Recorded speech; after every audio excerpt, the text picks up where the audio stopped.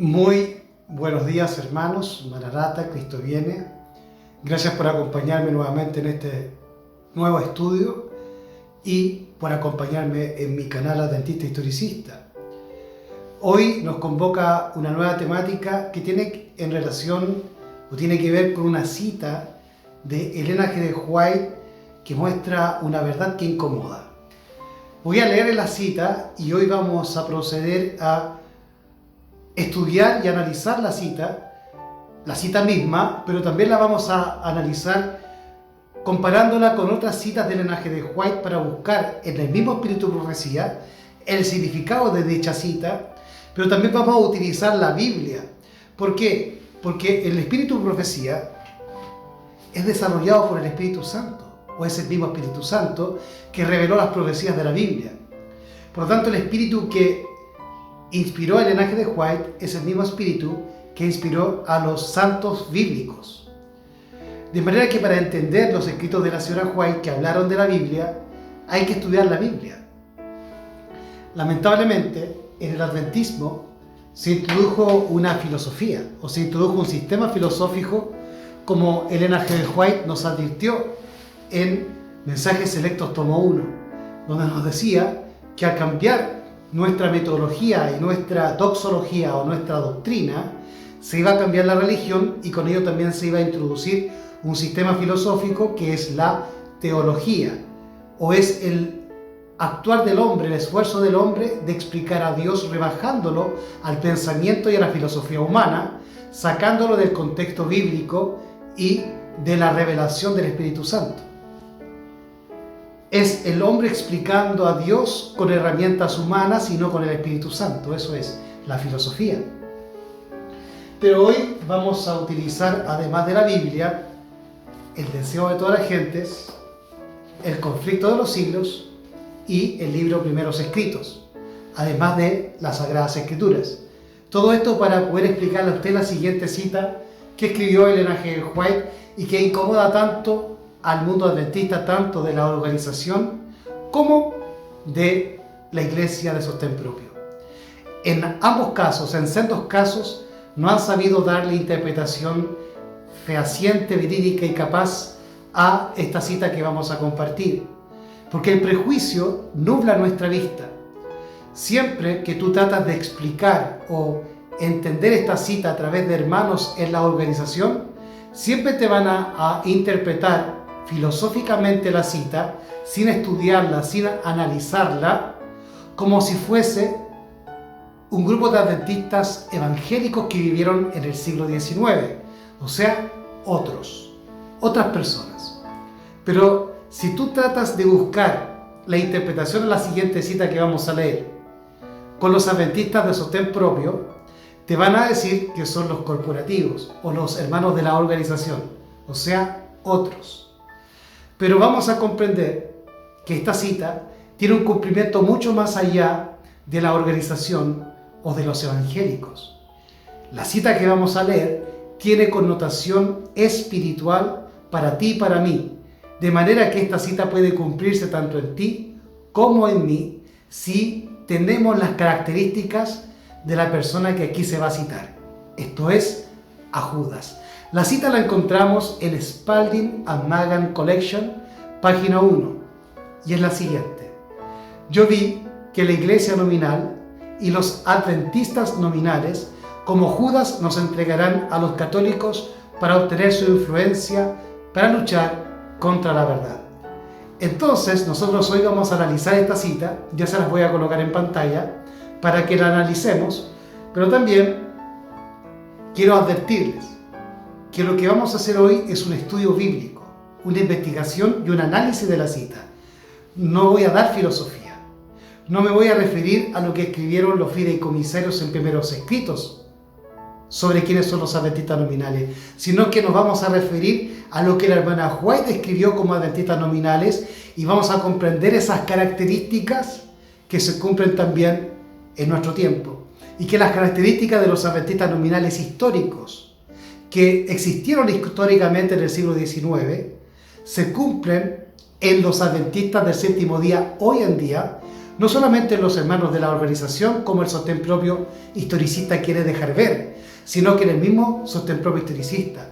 De manera que hoy vamos a comprender que los Judas no están en la organización o en la corporación como se llama peyorativamente, sino que los Judas están en el sostén propio e historicista.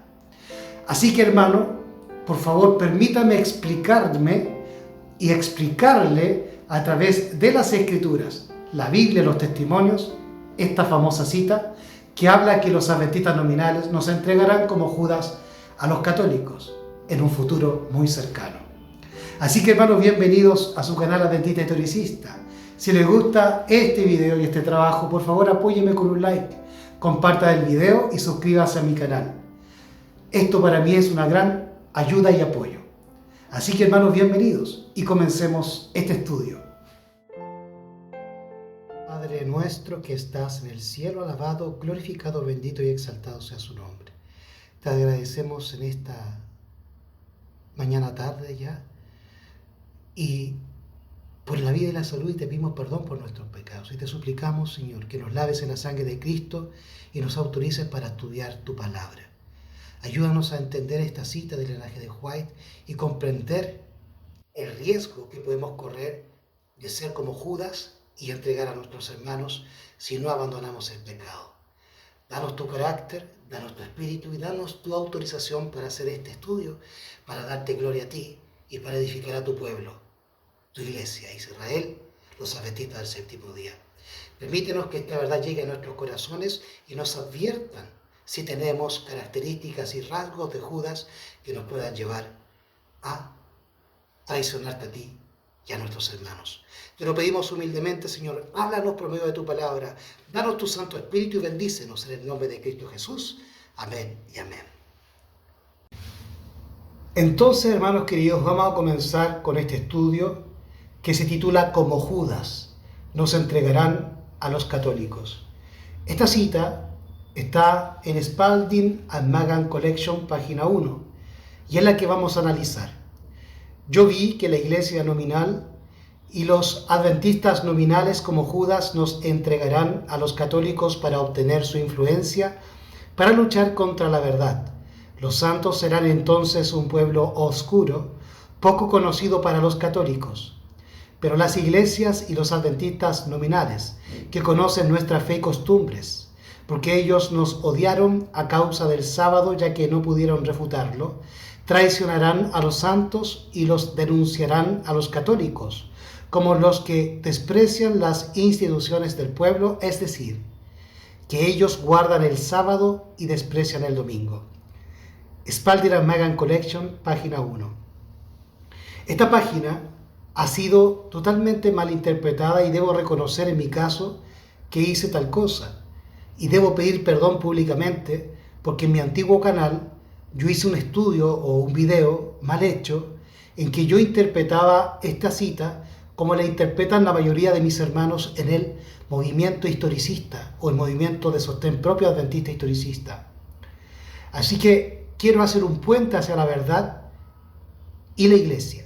Quiero compartirle a mi pueblo, a mis hermanos, la verdadera interpretación de esta cita para que podamos comprender y entender que nosotros mismos podemos correr el riesgo de ser traidores de la causa de Cristo o traidores a la causa de Cristo y traidores a Cristo y traidores a la iglesia y a nuestros hermanos y ser nosotros aquellos que han de entregar a nuestros hermanos.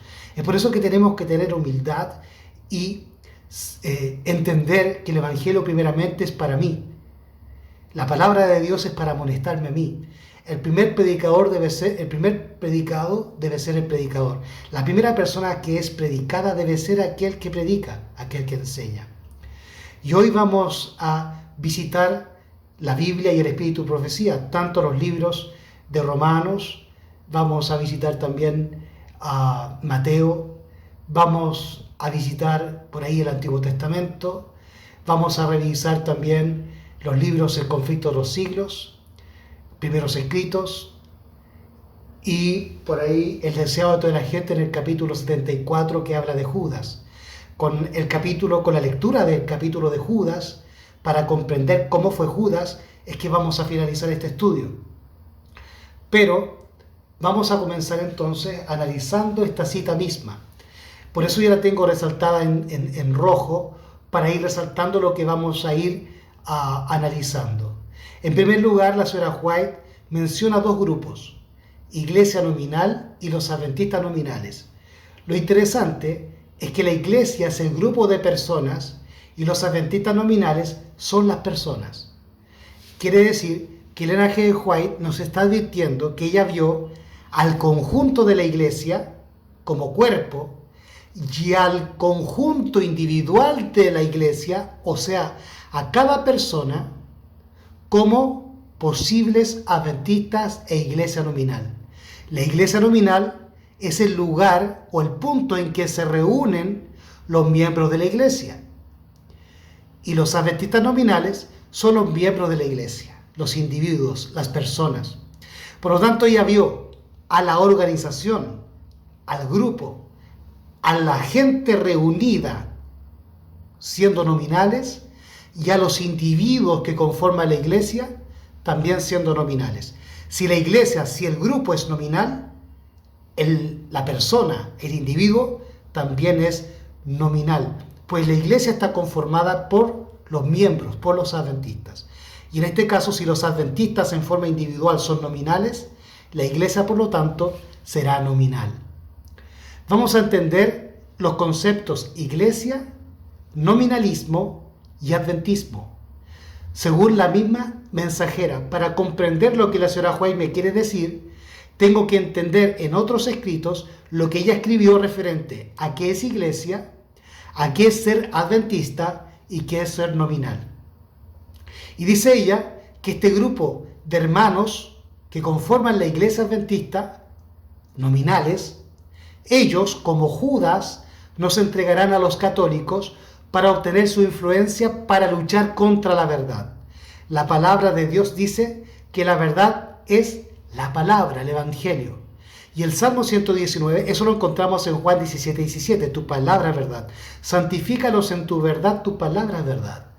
Pero en Salmo 119, en los versículos 142 y 151, si mal no recuerdo, dice que la ley es la verdad, que los mandamientos son verdad y que todos sus testimonios son eternos y son verdad.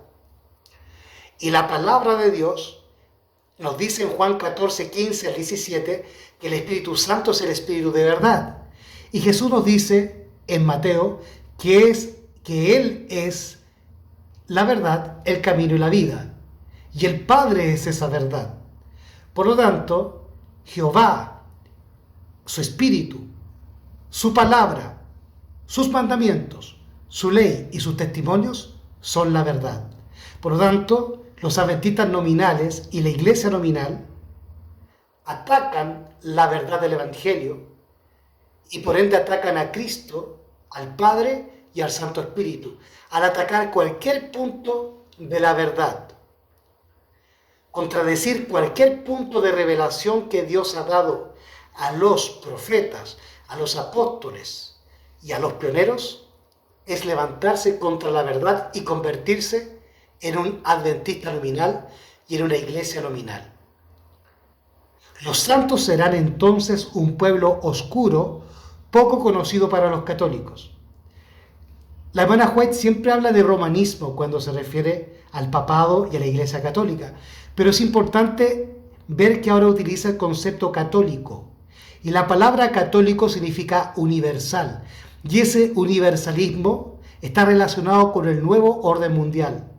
Por lo tanto, la manera correcta de ver esta cita es entender que los santos, que el remanente, la manada pequeña, es un pueblo oscuro y que no es conocido para el sistema, para el nuevo orden mundial. Por lo tanto, los verdaderos adventistas, los santos, están fuera del sistema que gobierna el papado, esto es, las ciudades, y aún de los nexos que podamos tener a través del dinero y del sistema bancario y de todo el sistema que la ramera maneja a través de la política, de la iglesia, de la economía y de las ciudades. Por lo tanto, nosotros tenemos que salir de Babilonia. Esto quiere decir salir de todo el sistema corrompido que maneja el papado.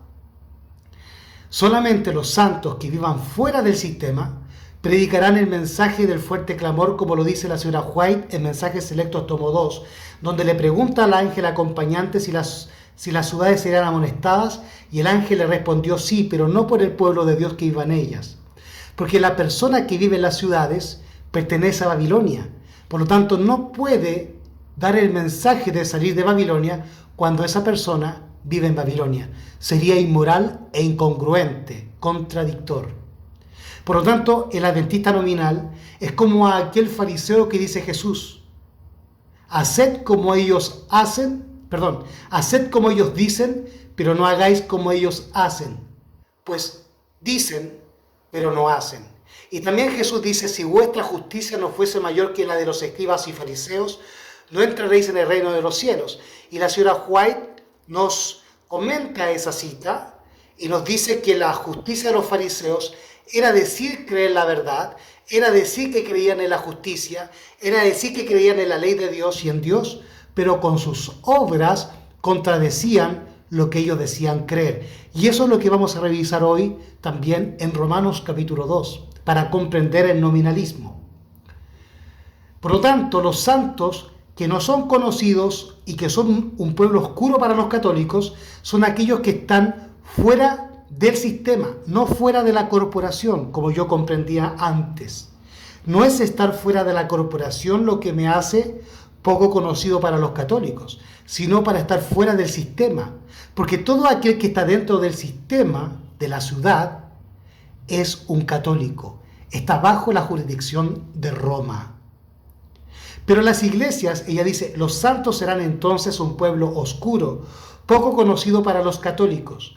Pero las iglesias y los adventistas nominales, vuelve a mencionar el grupo de hermanos y luego los menciona individualmente como adventistas.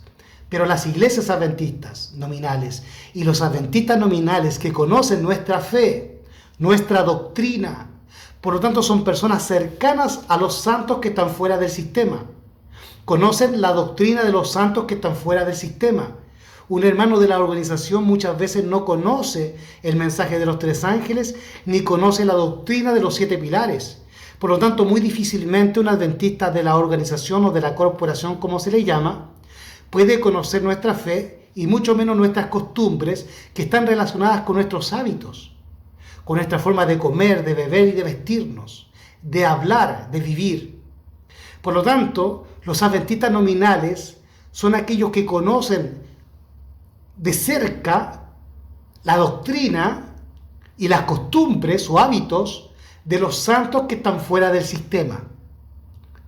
Dice, porque ellos, vuelvo a reiterar, los santos serán entonces un pueblo oscuro, poco conocido para los católicos, pero las iglesias y los adventistas nominales, que conocen nuestra fe y costumbres, porque ellos nos odiarán a causa del sábado, ya que no pudieron refutarlo, traicionarán a los santos y los denunciarán a los católicos como los que desprecian las instituciones del pueblo. Es decir, que ellos guardan el sábado y desprecian el domingo. Aquí es bien interesante la cita porque nos contextualiza el tiempo en que se ha de cumplir esta cita.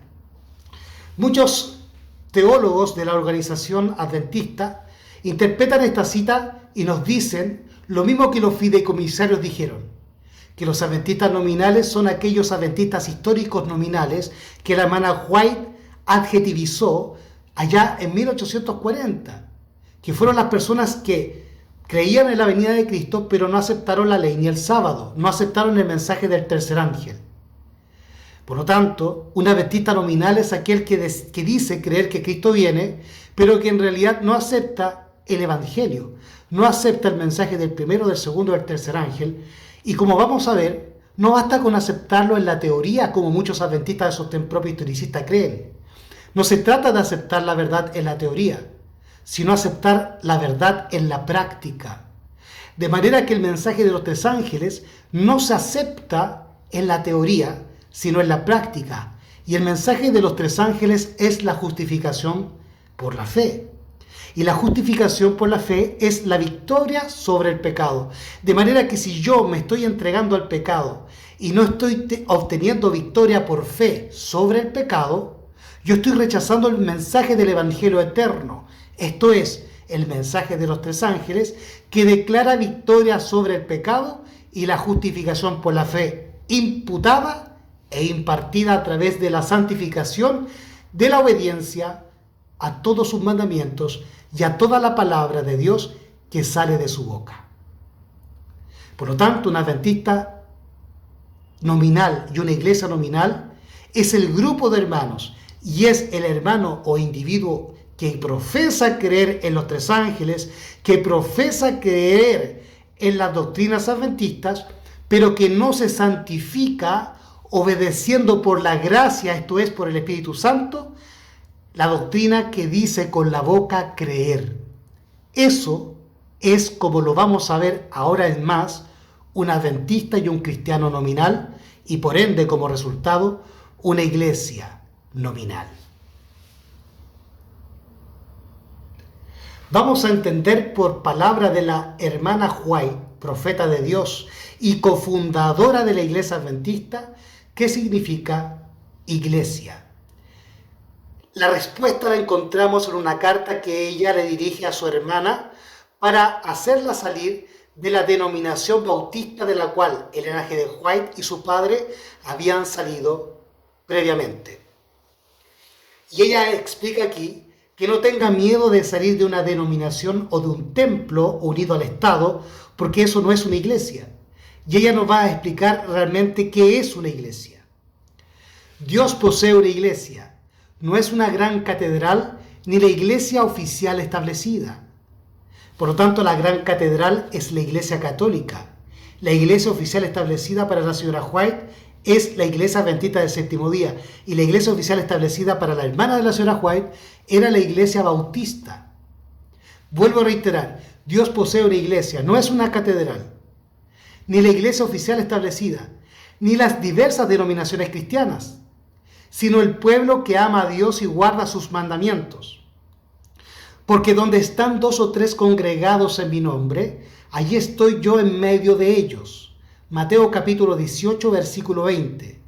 Aunque Cristo esté aún entre unos pocos humildes, esta es su iglesia, pues solo la presencia del alto y sublime que habita la eternidad puede constituir una iglesia, donde dos o tres que aman y obedecen los mandamientos de Dios. Dice que obedecen, no dicen que creen en los mandamientos, sino dice que obedecen los mandamientos en la práctica, no en la teoría. Donde dos o tres que aman y obedecen los mandamientos de Dios, donde dos o tres que aman y obedecen los mandamientos de Dios, Dios está presente. Vuelvo a reiterar, donde dos o tres que aman y obedecen los mandamientos de Dios están presentes. Jesús los preside, ya sea en un lugar desolado de la tierra, en el desierto, en la ciudad o encerrados en los muros de una prisión. ¿Qué nos está diciendo aquí la señora White? Que la iglesia puede estar no solamente en un templo denominacional, sino que puede estar en un lugar desolado de la tierra, en el desierto, en la ciudad o encerrados en los muros de una prisión. O sea, la iglesia puede estar en las ciudades, en los campos, en una prisión, en una cárcel o en el desierto. Pero para que sea iglesia, se deben reunir aquellos que aman y obedecen los mandamientos de Dios, y a ellos los presidirá, los dirigirá Jesús. Pero Jesús no habita en medio del pecado.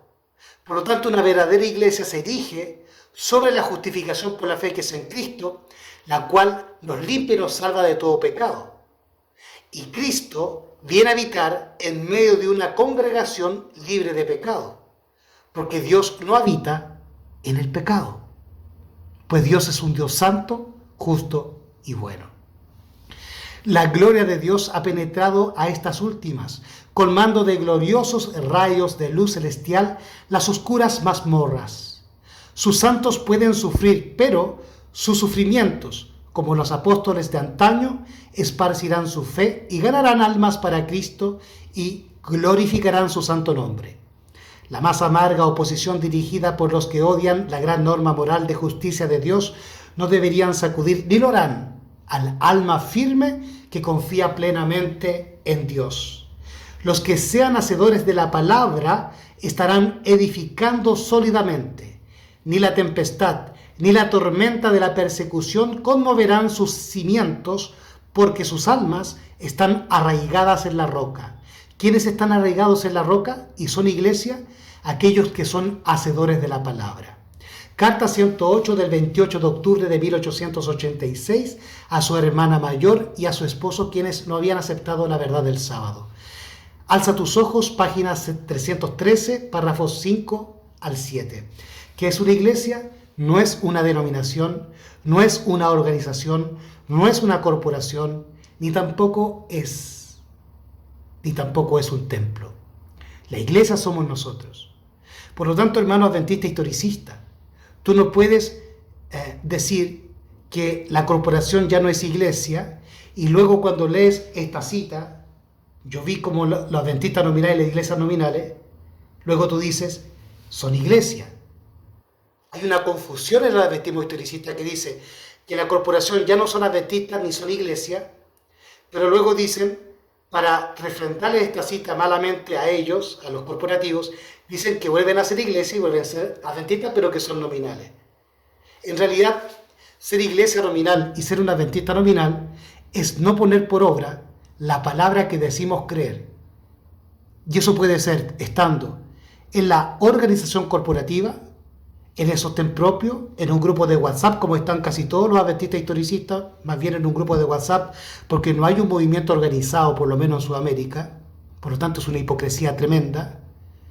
No hay un trabajo organizado, no hay una unión de la iglesia de sostén propio, y el diablo nos tiene paralizados a través de estos prejuicios y de estas divisiones que causan los distintos vientos de doctrina que han ingresado al adventismo y al sostén propio, y aún al sostén propio historicista, como este viento de doctrina, que es esta mala interpretación de esta cita, y que se le adjudica a la corporación como si la corporación fuese Judas, y en realidad no lo es, dando una mala interpretación filosófica a esta cita y no entregándole a la gente un estudio bíblico a la ley y al testimonio conforme a la Biblia y al Espíritu Profecía, en donde la Biblia y el Espíritu Profecía nos van a explicar qué es iglesia, qué es ser adventista y qué significa la cita que el linaje de White nos está declarando.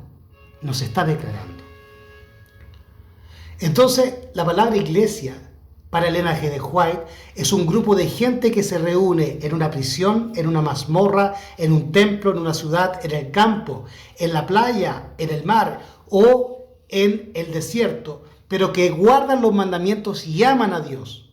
Y Jesús preside a ese grupo y por ende conforma una iglesia, como dice ella, porque solo la presencia del alto y sublime puede conformar una iglesia, como lo dice la señora White en Alza tus ojos, página 313, párrafo 6. Ahora, ¿qué es ser adventista? La misión distintiva de los adventistas del séptimo día. La respuesta la vamos a encontrar en Testimonios para la Iglesia y en Joya los Testimonios tomo 3 y también en Eventos de los Últimos Días. Vamos a entender entonces qué es para la señora White un adventista. El Señor nos ha hecho los depositarios de su ley. Nos ha confiado una verdad sagrada y eterna que debe darse a otros mediante advertencias fieles, reprensiones y palabras de aliento. Por lo tanto, la administración de la palabra consiste en enseñar la ley, la verdad sagrada eterna, el evangelio eterno, y que debe darse a otros mediante advertencias fieles, reprensiones y palabras de aliento. O sea, debe haber amor, misericordia, pero también reprensión y exhortación, y advertencias que adviertan al individuo de que debe permanecer en la verdad para ser salvo por la gracia de sus pecados. que la salvación estriba en dejar de pecar y no de salirse de un grupo o de un templo, sin desmerecer el que tengamos que salir de allí. No es el tema ahora. Lo importante es entender en qué estriba mi salvación. Y eso es lo que yo debo enseñarle al otro. El Evangelio con las advertencias y reprensiones de la palabra y también con palabras de aliento. Para enseñarle que está equivocado en su camino, pero alentarlo que en Cristo nuestros pasos y caminos son ordenados. Por lo tanto, si un ministro de sostén propio historicista o de la organización adventista o en el campo no le advierte a su grey cuál es el peligro que se ciñe o que se cierne sobre la iglesia, y esto es el pecado, entonces ese ministro pasa a ser un arónico perro mudo. El perro mudo es aquel que no amonesta a su iglesia del pecado, de la apostasía, y mantienen al pueblo mirando la paja en el ojo ajeno y no ven la viga que tienen en su propio ojo. Los adventistas del séptimo día han sido elegidos por Dios como pueblo particular separado del mundo. Con el gran instrumento de la verdad, los ha sacado de la cantera del mundo y los ha relacionado consigo. Ha hecho de ellos representantes suyos y los ha llamado a ser sus embajadores durante esta última fase de la obra de salvación. Les ha encargado que proclamen al mundo la mayor suma de verdad que se haya confiado alguna vez a seres mortales, las advertencias más solemnes y terribles que Dios haya enviado alguna vez a los hombres. Joya de los Testimonios, tomo 3, página 140 de 1902, Eventos de los Últimos Días, página 46, párrafo 2. Lo que leímos anteriormente correspondía a Testimonios para la Iglesia, tomo 5, página 381 de 1885 y Eventos de los Últimos Días, página 46, párrafo 1. En Eventos de los Últimos Días, página 46, párrafo 3, nos dice: en un sentido muy especial, los adventistas del séptimo día han sido colocados en el mundo como centinelas y transmisores de luz. A ellos ha sido confiada la tarea de dirigir la última amonestación a un mundo que perece. La palabra de Dios proyecta sobre ellos una luz maravillosa. Una obra de la mayor importancia les ha sido confiada: proclamar los mensajes del primero, segundo y tercer ángel. Ninguna otra obra puede ser comparada con esta y nada debe desviar nuestra atención de ella. Joya de los Testimonios, tomo 3, página 288. Por lo tanto, hermanos míos, un adventista verdadero es aquel que predica el mensaje de los tres ángeles. Pero la palabra dice que no es el oidor, sino el hacedor. Y decía la señora White que la iglesia está conformada por aquellos que aman y obedecen los mandamientos y que ponen por obra la palabra de Dios. Como lo dice, alza tus ojos en la página 313, párrafo 3, donde dice aquí, como ustedes pueden ver, los que sean hacedores de la palabra estarán edificando solamente. No son los que creen en la teoría del mensaje de los tres ángeles, sino que ponen en obra en sus propias vidas y en la predicación por medio de su voz el mensaje de los tres ángeles, que según la señora White es la justificación por la fe. Dice aquí: varios me han escrito preguntándome si el mensaje de la justificación por la fe es el mensaje del tercer ángel. Y he contestado: es el mensaje del tercer ángel en verdad. Mensajes Selectos, tomo 1, página 437 de 1890, Eventos de los Últimos Días, página 203, párrafo 4. Y según Elena G. White, la justificación por la fe es vencer el pecado, abandonarlo y no practicarlo más. Y esto se expresa en las palabras de Jesús en Juan capítulo 8, en el versículo 10, en el que le dice a la mujer que fue traída por los fariseos para ser apiedrada, esto es, a la mujer adúltera: ¿dónde están los que te condenan, mujer? Y ella dijo: no hay ninguno. Y Jesús le dijo, yo tampoco te condeno. Vete, pero no peques más. El verdadero perdón que da Jesús estriba en que la persona perdonada abandone realmente su pecado, dando verdadera obra de arrepentimiento. El verdadero arrepentimiento es aquel que se abandona. El verdadero arrepentimiento del pecado es aquel que se abandona el pecado. Si nosotros pedimos perdón y volvemos a cometer el mismo pecado, en realidad no nos hemos arrepentido, Dios no nos ha perdonado y por lo tanto no hemos sido justificados. El mantener pecados acariciados y no vencer el pecado ni estar sellados nos hace a ti y a mí posibles Judas que entregarán a sus hermanos. Porque el problema de Judas es que no alcanzó la victoria sobre el pecado, aunque creía en el mensaje y en Cristo, pero en la teoría y no en la práctica.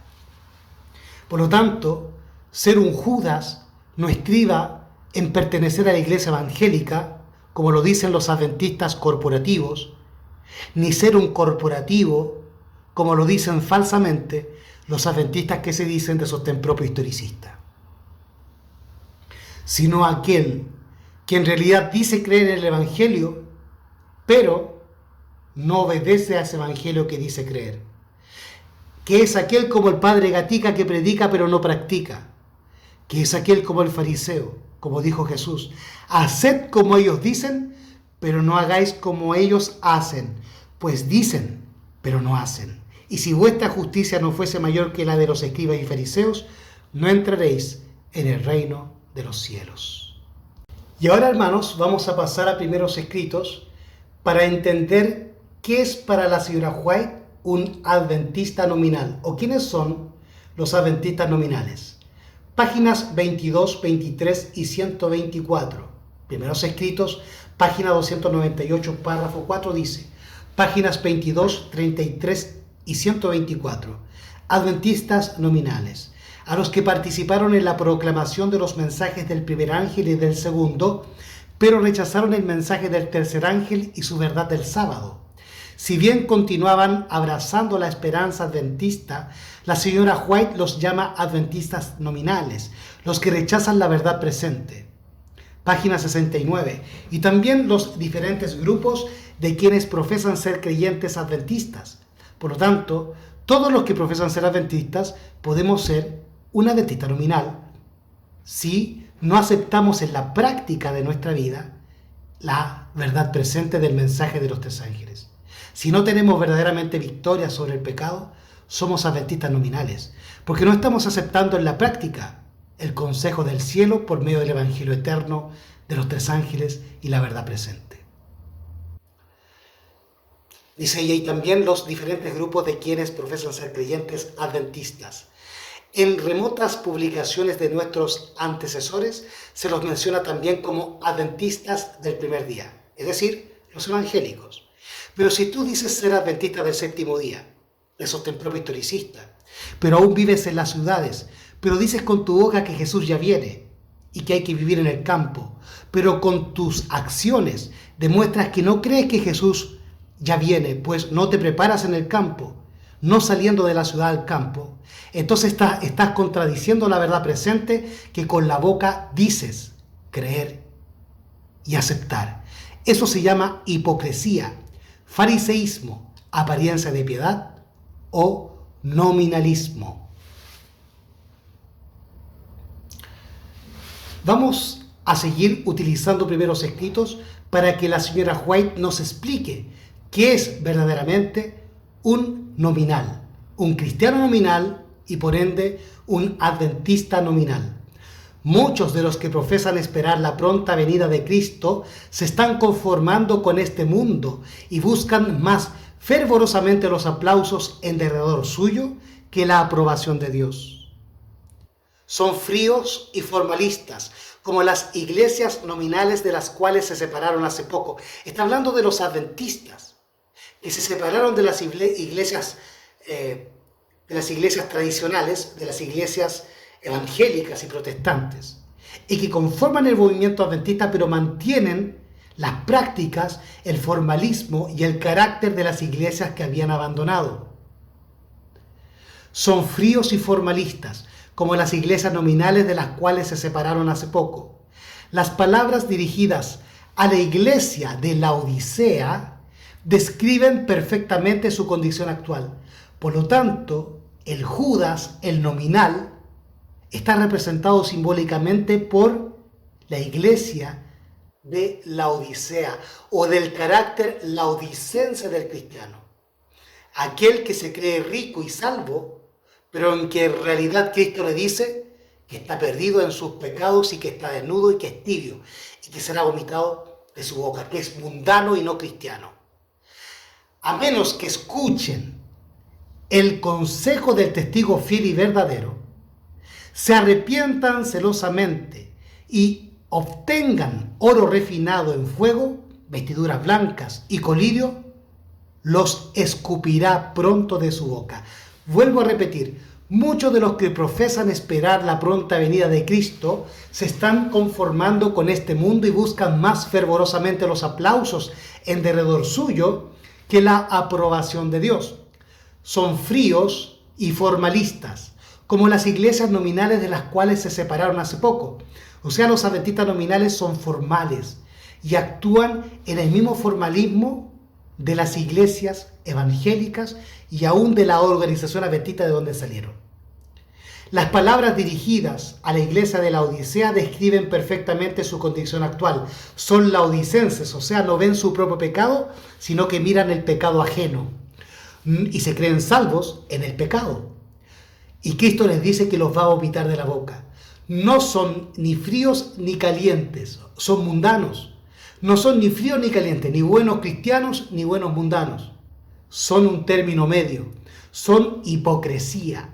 No son ni fríos ni calientes, sino tibios. Y a menos que escuchen el consejo del testigo fiel y verdadero, se arrepientan celosamente y obtengan oro refinado en fuego, vestiduras blancas y colirio, los escupirá Jesús de su boca.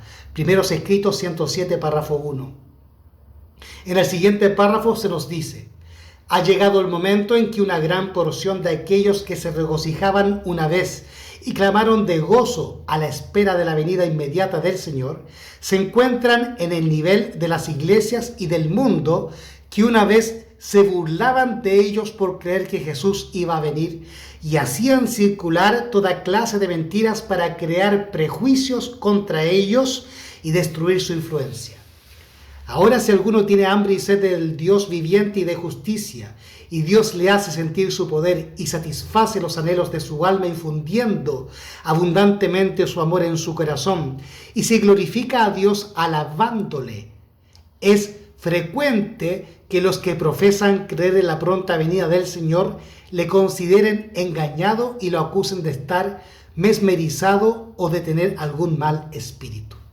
Mire lo que dice ella: si alguno tiene hambre y sed del Dios viviente y de la justicia, y Dios le hace sentir su poder y satisface los anhelos de su alma, infundiendo abundantemente su amor en su corazón, y glorifica a Dios alabándole, es frecuente que los nominales, con frecuencia, esos nominales que profesan creer con la boca la pronta venida del Señor, consideren a esta persona que se está convirtiendo, que está siendo sellada, la consideren engañado y lo acusen de estar mesmerizado, embrujado, satanizado por el poder del diablo o de tener un mal espíritu.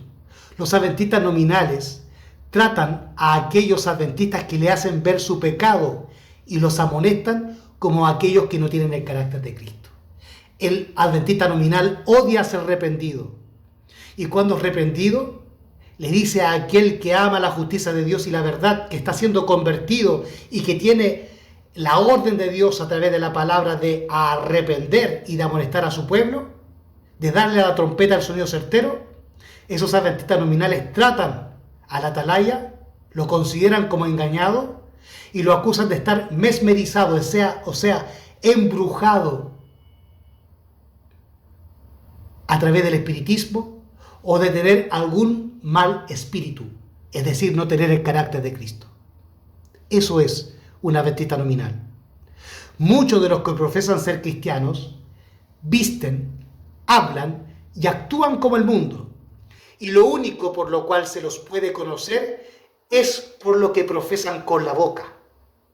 Aunque aseveran esperar a Cristo, su conversación no se cifra en el cielo, sino en las cosas del mundo. Eso es un adventista nominal. Dice que espera a Cristo, pero su vida y su boca, sus palabras, sus pensamientos, no se centran en esperar el advenimiento de Cristo como lo profesan con la boca.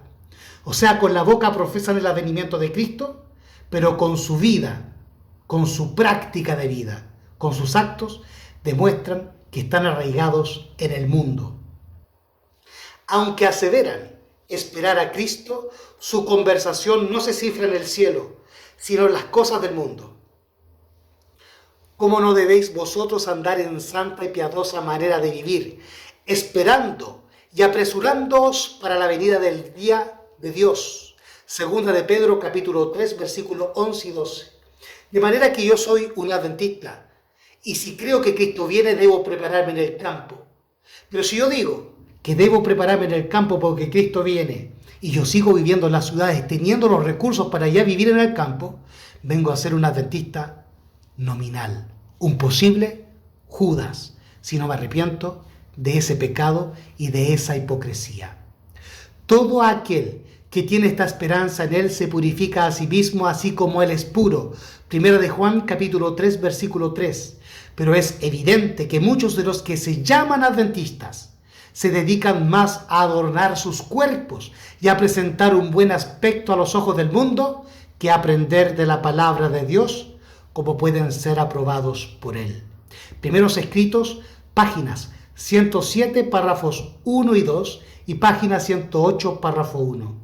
Por lo tanto, un adventista nominal no es solamente aquel que va a una organización denominacional unida al Estado, sino todo aquel que profesa con su boca ser adventista y creer en la venida de Cristo, pero con su vida y con su conversación diaria demuestra que su corazón está lejos de lo que profesa creer con la boca, que sus acciones están lejos de ser iguales a lo que él declara con su boca creer. Profesa que Cristo viene, pero con sus acciones demuestra que no cree que Cristo venga. Ese es un adventista nominal.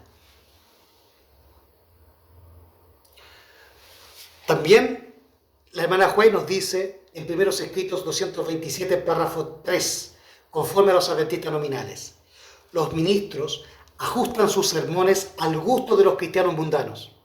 Por lo tanto, la iglesia nominal y los adventistas nominales son aquellos que gustan de predicaciones que estén hechas al gusto del grupo de personas, de la iglesia. Los predicadores adventistas nominales no le predican a la gente lo que Dios quiere que la gente escuche, amonestaciones y advertencias, el mensaje a la Odisea, sino que predican sermones que traen paz y seguridad a sus miembros. Aunque pueden atacar a miembros de otros grupos o de otras iglesias o aún de la corporación. Es decir, si hay un ministro, un pastor, que siempre ataca a la organización, a los católicos y a los evangélicos, pero que no amonesta, que no advierte, que no da el mensaje de reprensión por el pecado de su pueblo que está con él, entonces ese ministro es falso, es nominal, un posible Judas y es un perro mudo, porque no es atalaya para su pueblo, para su gente, para su iglesia, para su grupo, sino que es hipócrita, que se mantiene mirando la paja en el ojo ajeno y no deja ver la viga que hay en su propio ojo, ni en el ojo de sus consiervos, de sus hermanos, de su grupo historicista, de su grupo, de su templo propio. Vamos a leer nuevamente la cita para leerla por completo. Los ministros como Aarón, como el hermano de Moisés, que hizo lo que Israel quería y no lo que Dios decía, Los ministros ajustan sus sermones arónicos al gusto de los cristianos mundanos, no convertidos. Por eso no les hablan de sus pecados. Por eso les mencionan los pecados de otra gente y no la de ellos. Porque esos mismos que le siguen, porque esos mismos que le diezman, no están convertidos y son mundanos. Los ministros ajustan sus sermones al gusto de los cristianos mundanos. No se atreven a predicar a Jesús ni las penetrantes verdades de la Biblia. Porque si lo hiciesen, estos cristianos mundanos no quedarían en las iglesias.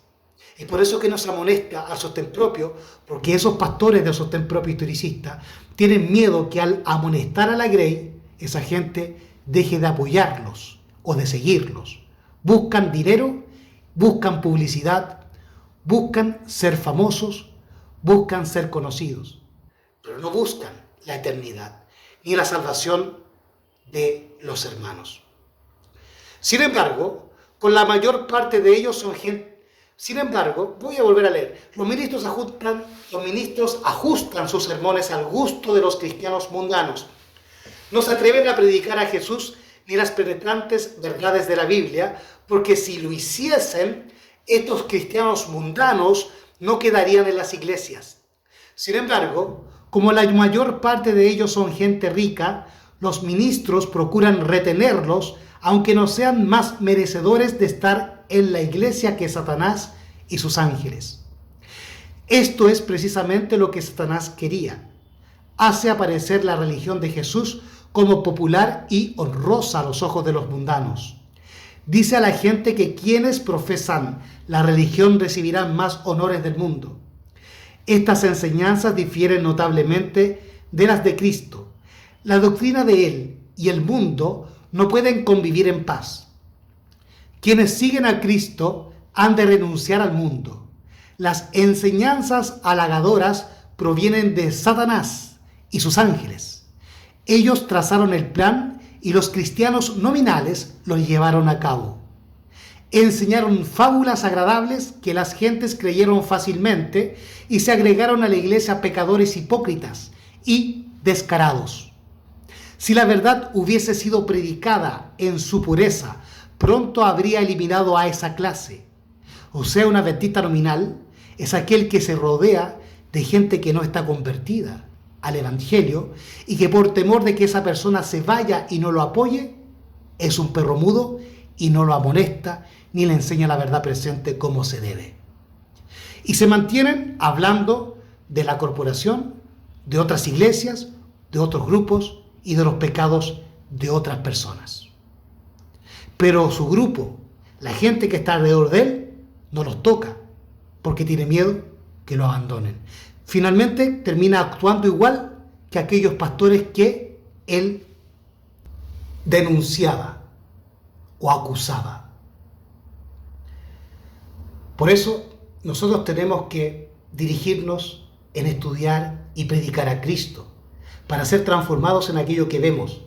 Pero si nosotros constantemente nos mantenemos viendo la apostasía y el pecado de los demás, entonces nosotros, por la ley de la contemplación, nos convertiremos en aquello que contemplamos, en la apostasía y en el pecado de los demás. Pero si yo y mi iglesia y mi pueblo y la gente que está conmigo nos centramos en estudiar y en predicar y en vivir a Cristo y no en el pecado que hacen los demás, entonces seremos transformados a Cristo y no en el pecado y en la apostasía de los demás. Y entonces la señora White, hablándonos de los ministros o pastores adventistas nominales, nos dice: enseñaron fábulas agradables que las gentes creyeron fácilmente y se agregaron a la iglesia pecadores hipócritas y descarados.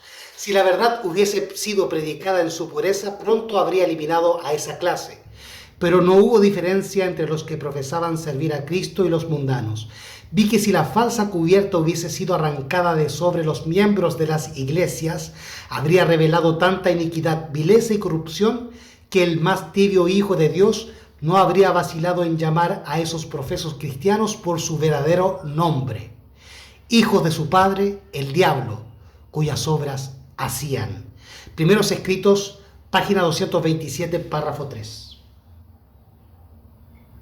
Y ahora vamos a entender qué es Babilonia según Elena G. de White en El conflicto de los siglos, página 664, párrafo 2. Dice así la mensajera: miles y miles de personas que nunca habrán oído palabras semejantes las escucharán admirados y confundidos. Oirán el testimonio de Babilonia, de que Babilonia, admirados y confundidos, oirán el testimonio de que Babilonia es la iglesia que cayó por sus errores y sus pecados, porque rechazó la verdad que le fue enviada del cielo. Es una iglesia que profesa creer en el Evangelio eterno, que profesa creer en la palabra, pero en la teoría, pero en la práctica rechaza la verdad con sus propias obras, cometiendo pecado y apostasía. Todo aquel que rechace la verdad en la vida práctica, no solamente en la teórica, no es rechazar la teoría, sino es que rechazar la verdad en la práctica, lo que me hace un verdadero cristiano o un falso cristiano. Porque no es el oidor, sino el hacedor el justo. Porque la iglesia está conformada de aquellos que ponen en práctica la palabra, decía la hermana White, en su palabra y en Haz a tus ojos, que leímos al principio, para discernir lo que era iglesia. O sea, decía la señora White que la iglesia estaba conformada por aquellos que son hacedores de la palabra, como lo dice aquí este párrafo que ya hemos revisado. Los que sean hacedores de la palabra estarán edificando sólidamente. ¿Quiénes edifican sólidamente la iglesia, el templo? Los que son hacedores de la palabra, no los que son oidores. No son los que escuchan sermones o ven videos de pastores de sostén propio, los justos o los verdaderos adventistas, sino aquellos que ponen en práctica lo que oyen de sus maestros y de la palabra y de los testimonios. Por lo tanto, aquel que rechaza con sus obras y su práctica de vida la verdad del mensaje de los tres ángeles, esto es, la justificación por la fe, que es la victoria sobre el pecado, y continuamos pecando, entonces nos volvemos Babilonia cada vez que pecamos y rechazamos el mensaje que proclama victoria sobre el pecado. Vete y no peques más. Miles y miles de personas que nunca habrán oído palabras semejantes las escucharán. Admirados y confundidos oirán el testimonio de que Babilonia es la iglesia que cayó por sus errores y sus pecados, porque rechazó la verdad que le fue enviada del cielo. Quiere decir que el laodicense, que el apóstata, que el pecador, que el hipócrita, que el Caín, que el adventista nominal que está en medio de nosotros, en realidad es Babilonia, porque en su vida práctica está o estamos rechazando la verdad del Evangelio eterno que ha descendido del cielo por medio de su Espíritu Santo, de sus profetas y de sus apóstoles. Y eso, según Elena G. de White en El conflicto de los siglos, es ser Babilonia o adventista nominal. ¿Qué es apostasía? Vamos a ver qué es apostasía. El conflicto de los siglos, página 666, referente al capítulo 39. Esto es el último mensaje de Dios, así se llama ese capítulo. Y aquí la señora White nos va a advertir que se va a levantar un grupo de apóstatas al final. Pero estos apóstatas se habían regocijado en la verdad presente del mensaje de los tres ángeles, pero no se habían santificado en ese mensaje. Profesaban creerlo en la teoría, oyendo el mensaje a través de predicaciones, pero no lo ponían en práctica en su vida, y es por eso que no fueron santificados por la obediencia al mensaje que creían en la teoría. Conforme vaya acercándose la tempestad, muchos que profesaron creer en el mensaje del tercer ángel. Y esto dice, conforme vaya acercándose la tempestad, esta cita es hermana de la cita que nos da este estudio. ¿Por qué? Porque esta cita de yo vi a la iglesia nominal se cumple en tiempos de la gran persecución y del gran conflicto entre el sábado y el domingo. Porque estos adventistas verdaderos están levantando el sábado Pero los adventistas nominales los están acusando ¿de qué? De rechazar el domingo. Vamos a leer. Porque ellos, los adventistas nominales, nos odiaron a causa del sábado, ya que no pudieron refutarlo.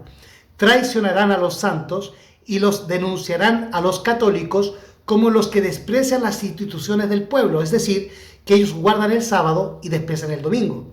Por lo tanto, estos adventistas nominales no son los adventistas históricos de 1840 que hablaba la hermana White aquí en Primeros Escritos, que vimos hace un rato. ¿Perfecto? Sino que en realidad está hablando de adventistas que dicen creer la verdad presente, pero que con su vida y con sus obras dicen lo contrario. Dicen pero no hacen. Son hipócritas. Por lo tanto, esos adventistas en el final del tiempo, que no se consagraron, que no se santificaron en la verdad, que profesaban creer con la boca, se apostatan y comienzan a perseguir a sus hermanos, como lo dice Mateo 24, en el versículo 9 al 11, en tiempos del Imperio Romano, en que los primeros cristianos que se apostataron por la persecución comenzaron a perseguir a sus hermanos que se mantuvieron fieles a la palabra, que ellos habían abandonado y rechazado por la persecución del Imperio Romano. Mucha gente en el adventismo historicista va a dejar la verdad por temor a la persecución. Y eso va a ocurrir, porque así está profetizado y así está escrito. Negarlo es rechazar la verdad. O cerrar los ojos para no verlo es también rechazar la verdad. Y es por ende, me convertiría en un nominal. Por lo tanto, un adventista nominal puede estar en el sostén propio, puede estar en la ciudad, puede estar en el campo o puede estar en la corporación. Porque la iglesia puede estar en la corporación, puede estar en la ciudad, puede estar en el campo o puede estar en el grupo de una casa, en una mazmorra, en una prisión, en la playa, en el mar o en el desierto. Como decía la cita de Alza tus ojos que vimos al principio. Entonces, el contexto histórico de esta cita que estamos estudiando es la ley dominical y la persecución de los guardadores del sábado. Así que esta cita que encontramos acá, que estamos leyendo, más adelante, esta que nos habla de la apostasía, en la cual caerán aquellos que profesaban con su boca creer en la verdad presente de los tres ángeles, pero que con su acción, con su vida práctica, no profesaban creerla, sino que la contradecían pecando. Esa gente finalmente se pasará al lado opuesto y nos traicionarán en el momento de la tempestad y de la gran crisis que se viene. Esto es de la ley dominical y la persecución final. Conforme vaya acercándose la tempestad, por lo tanto, esta cita del conflicto de los siglos nos ayudará a entender la cita de Spalding Magan de los judas que nos entregarán a los católicos en medio de la persecución y en medio de la ley dominical. Esta cita es una interpretación o es una profundización, una explicación de la cita que nos ha dado estudio hoy en día. Esto es la Spalding Magan, página 1. Yo vi que los adventistas como Judas, los adventistas nominales y la iglesia nominal como Judas nos entregarán a los católicos por causa del sábado, porque no queremos obedecer a guardar el domingo. Avancemos entonces. Conforme vaya acercándose la tempestad, muchos que profesaron creer en el mensaje del tercer ángel, pero que no fueron santificados por la obediencia a la verdad, abandonarán su fe e irán a engrosar las filas de la oposición. Uniéndose con el mundo y participando de su espíritu, llegarán a ver las cosas casi bajo el mismo aspecto. Así que cuando llegue la hora de prueba, estarán preparados para situarse del lado más fácil y de mayor popularidad. Hombres de talento y de elocuencia que se gozaron un día en la verdad emplearán sus facultades para seducir y descarriar almas. Se convertirán en los enemigos más encarnizados de sus hermanos de antaño. Cuando los observadores del sábado sean llevados ante los tribunales para responder de su fe, Estos apóstatas serán los agentes más activos de Satanás para calumniarlos y acusarlos y para incitar a los magistrados contra ellos por medio de falsos informes e insinuaciones. El conflicto de los siglos, página 666, párrafo 1. Continuemos entonces con la cita. Ahora vamos a estudiar la Biblia y vamos a entender la apostasía desde el punto bíblico. Vimos acá que producto de la persecución, muchos adventistas en el futuro inmediato, en el futuro que está cercano, cuando se dé la ley dominical y seamos perseguidos, muchos adventistas que profesaron creer la verdad con la boca, pero que no se santificaron en la práctica de la verdad en sus vidas, se van a ir al lado opuesto y serán nuestros peores enemigos e incluso maestros, predicadores y pastores que pertenecieron a la verdad presente, pero no se santificaron en la práctica. Y ellos van a ser nuestros mayores opositores. Entonces, esa cita es similar con la cita bíblica que vamos a revisar ahora. Mateo capítulo 24, versículo 9, Mateo 24, versículo 9 al 13. Y aquí vamos a entender con la Biblia lo que la hermana Juárez nos hablaba de la apostasía acá en Conflicto de los Siglos. Son la gente que por la persecución abandona el Evangelio, ya que no estaban santificados en la verdad que profesaban creer con la boca y no tenían poder del Espíritu Santo, por lo tanto, para resistir y perseverar hasta el fin y ser salvos. Mateo 24, 9 al 13 dice: entonces os entregarán para ser atribulados y os matarán y seréis aborrecidos de todas las naciones por causa de mi nombre. Aquí está profetizada la persecución que comenzó con Nerón y con Domiciano y que se llevó adelante hasta llegar a Constantino. Y en ese tiempo, muchos profesos cristianos de boca, pero que no se santificaron en la verdad que decían creer del Evangelio, pasaron a engrosar las filas de Roma y comenzaron a perseguir a sus hermanos de antaño, esto es, a los cristianos fieles al Evangelio. Entonces os entregarán para ser atribulados y os matarán y seréis aborrecidos de todas las naciones por causa de mi nombre. Y entonces muchos se escandalizarán y se entregarán unos a otros y unos a otros se aborrecerán. Esa palabra escandalizarán proviene del griego escandalizó, que significa apostatar, pecar, apartarse del camino, apartarse de la ley y del testimonio por la persecución. Y estos apóstatas que se apartan del Evangelio por la persecución de Roma, se vuelven entregadores y traidores de sus hermanos. Estos son los Judas, los que se apostatan del Evangelio, no en la teoría, sino en la práctica de sus propias vidas. Dicen, pero no hacen. Y muchos falsos profetas se levantarán y engañarán a muchos, y por haberse multiplicado la maldad, el amor de muchos se enfriará, mas el que perseverare hasta el fin, este será salvo. Por lo tanto, los adventistas nominales y cristianos nominales que se apostatan del Evangelio y comienzan a perseguir a sus hermanos fieles, están representados en la Escritura, desde tiempos de Cristo y aún en tiempos de Edén, cuando Caín, apostatándose del Evangelio eterno, porque no se santificó en la verdad que decía creer, persiguió y mató a su propio hermano Adán. Porque las obras de Adán eran justas, pero las obras de Caín eran del diablo. Como lo dice 1 de Juan, capítulo 3.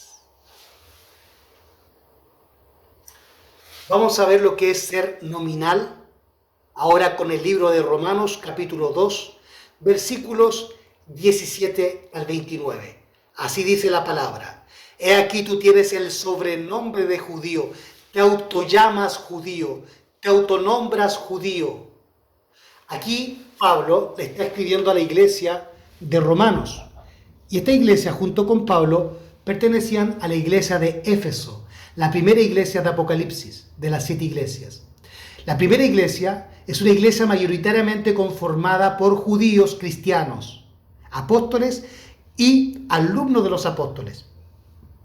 Y todos aquellos que siguieron a Cristo en vida, que le conocieron. Todos ellos conformaron la primera iglesia, la iglesia de Éfeso. Y a esa iglesia Pablo está dirigiéndose. Y es por eso que utiliza el sobrenombre de judío. He aquí tú tienes el sobrenombre de judío y te apoyas en la ley. Cuando dice entonces, he aquí tú tienes el sobrenombre de judío, se está refiriendo verdaderamente al cristiano. Porque el capítulo 1 del libro de Romanos está hablando de los pecados del mundo, de los mundanos de Babilonia.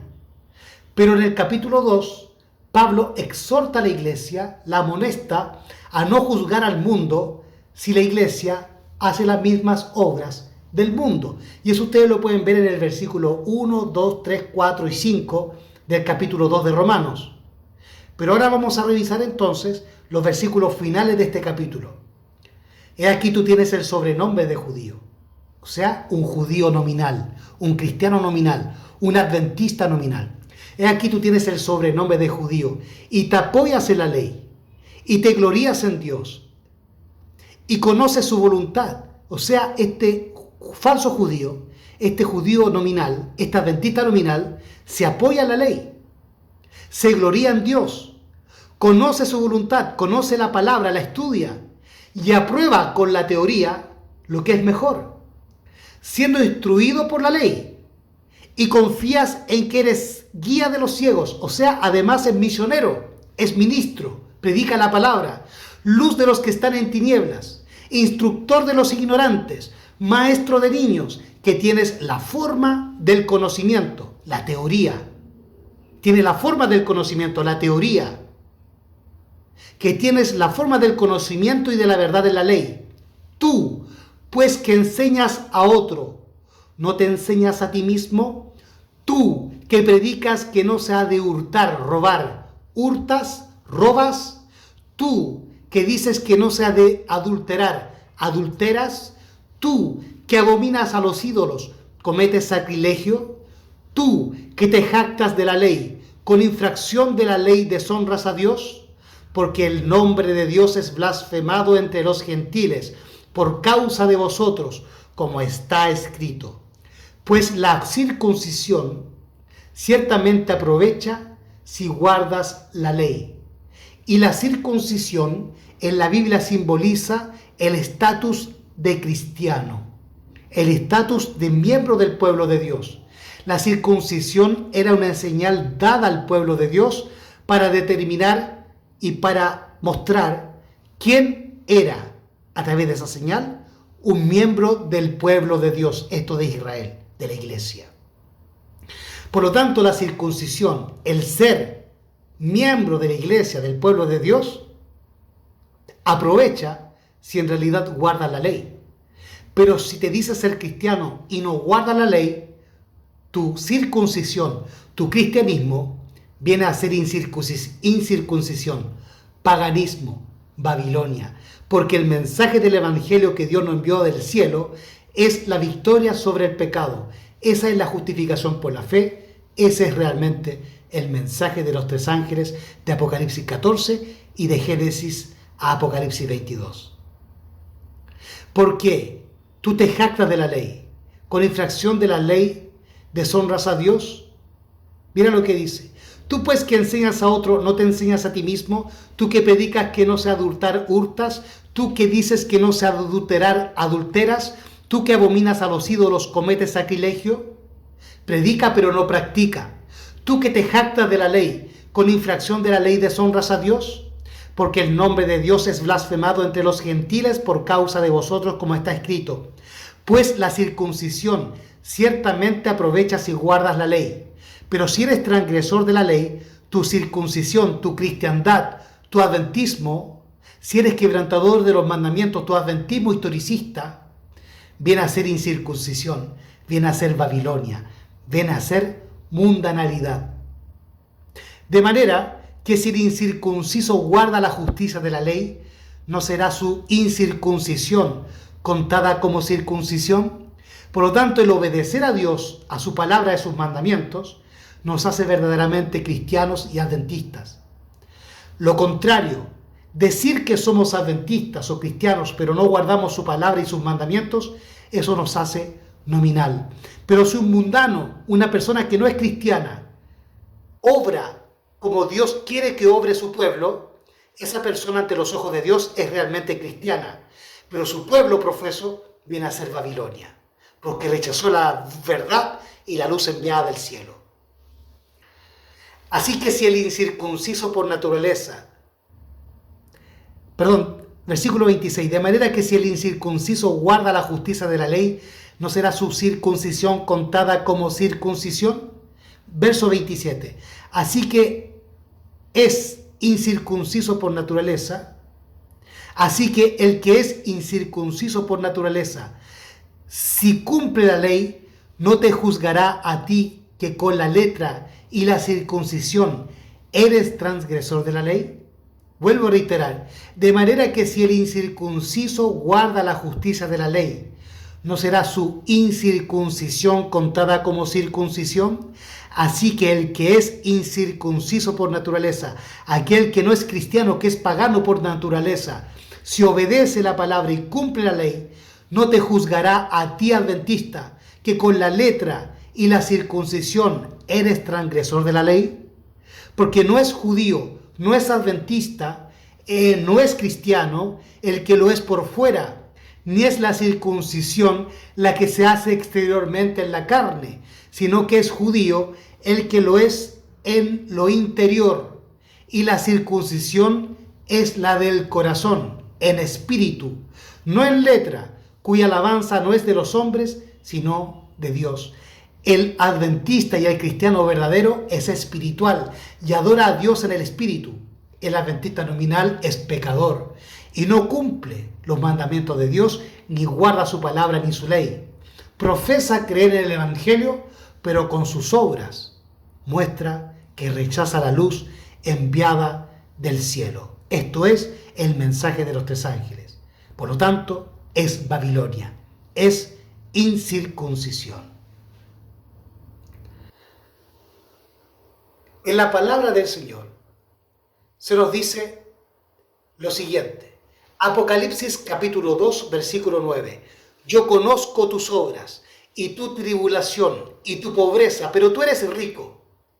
Y la blasfemia de los que se dicen ser judíos y no lo son, mas son sinagoga de Satanás. Es decir, los adventistas nominales en realidad son sinagoga de Satanás, pues practican el pecado y tienen un carácter hipócrita, como de Satanás, apariencia de piedad. Dicen creer la verdad, pero con sus obras y sus acciones desprecian la verdad que dicen creer, rechazando la luz enviada del cielo y por ende, como dice Elena G. de White en El conflicto de los siglos, página 666, que revisamos hace un rato, son Babilonia, pues rechazaron la verdad que Dios les envió del cielo. El mensaje de los tres ángeles, la justificación por la fe, la victoria sobre el pecado. Juan capítulo 4, versículos 19 al 24 dice, la mujer samaritana le dijo al Señor, me parece que tú eres profeta. Y ahora dice ella, la mujer samaritana, nuestros padres adoraron en este monte, y vosotros decís que en Jerusalén es el lugar donde se debe adorar. Por lo tanto, una adventista nominal, como es esta mujer, una judía nominal, una cristiana nominal, una creyente en Dios nominal, porque vivía en pecado, pero profesaba creer en Dios. Por eso Dios tenía que amonestarla. Y Cristo la amonesta diciéndole, 7 hombres has tenido, pero este que tienes no es tu marido. O sea, la trajo al arrepentimiento. Y cuando esta mujer se arrepintió de su pecado, en el cual vivía, entonces el Señor la usó en santidad y fue tremenda mensajera y poderosa sierva de Dios en las manos de Cristo. Pero para ello debía reconocer su pecado, abandonarlo, arrepentirse y ser perdonada por Cristo, llena del Espíritu Santo, y así tuvo éxito en Samaria y convirtió a mucha gente al Evangelio de Jesús. Pero la mujer, en su laodiceísmo, en su nominalismo, en su carnalidad y pecado, no entendía las cosas en forma espiritual. Y ella creía que ser siervo de Dios o ser hijo de Dios estribaba en donde yo me reúno, Ella está diciendo que ellos, los samaritanos, eran los verdaderos porque se reunían donde se reunían los padres al principio del pueblo de Israel. Pero ella hace ahora una contradicción, ella hace ahora una oposición en lo que dicen los judíos, en que los judíos decían que había que adorar en el templo en Jerusalén. Entonces tenemos a unos hermanos que dicen que hay que adorar en el templo y otros dicen que hay que adorar en el campo o en otro lugar, como lo está diciendo esta mujer de Samaria. Pero Jesús tiene una respuesta para ambos adventistas nominales, tanto para el que cree que hay que adorar en el templo como aquel que hay que adorar en el campo. Y Jesús dice lo siguiente: la mujer le dijo, Señor, me parece que tú eres profeta. Nuestros padres adoraron en este monte y vosotros decís que en Jerusalén es el lugar donde se debe adorar. Esa es la misma discusión que hay hoy en día entre el sostén propio historicista y el sostén propio en general y la organización o corporación adventista. Los hermanos de la organización dicen que tenemos que adorar en el templo, en Jerusalén, en el símbolo. Y los otros dicen que podemos adorar en cualquier lugar. Pero Cristo nos dice lo siguiente. Jesús le dijo, versículo 21, mujer, créeme, que la hora viene cuando ni en este monte, ni en Jerusalén adoraréis al Padre. Vosotros adoráis lo que no sabéis. Nosotros adoramos lo que sabemos. Porque la salvación viene de los judíos, la salvación viene de los adventistas. Pero la hora viene, y ahora es, cuando los verdaderos adventistas, cuando los verdaderos adoradores, no los nominales, los verdaderos, los espirituales, adorarán al Padre en espíritu y en verdad. Pues también el Padre tales adoradores busca que le adoren. Dios es espíritu, y los que le adoran en espíritu y en verdad es necesario que lo adoren. Los verdaderos cristianos, los verdaderos judíos, los verdaderos adventistas son espirituales y adoran a Dios en el espíritu, más allá del lugar de donde se reúnan, más allá de un templo, más allá de un campo, más allá de un grupo de WhatsApp o de una casa, más allá del sostén propio. Ahora vamos a hacer referencia a la parte que nos dice como Judas, recordando la cita que nos da origen a este estudio. Ella dice, yo vi, ¿cómo era la cita? Vamos a ver. Yo vi que la iglesia nominal y los adventistas nominales como Judas. Por lo tanto, nos está colocando a Judas como el punto de comparación. Ella está comparando a la iglesia y a los adventistas nominales como Judas. Y ellos nos entregarán como Judas. Por lo tanto, hay que buscar en la Biblia cómo fue que Judas entregó a Jesús y a sus hermanos. Cómo traicionó Judas a la iglesia. Y eso lo encontramos en Juan capítulo 18, lo que nos detallará una gran verdad y nos alumbrará realmente nuestro camino para comprender el peligro que tenemos y la posibilidad de que tú y yo podamos ser un Judas y traicionar la obra de Cristo, a Cristo y a nuestra iglesia. Podemos ser traidores de Cristo y traidores de nuestra iglesia. Es por eso que les quiero presentar este tema, no para atacar a nadie, sino para que tengamos cuidado de no ser Judas. Como Judas, Juan 18, 1 al 3.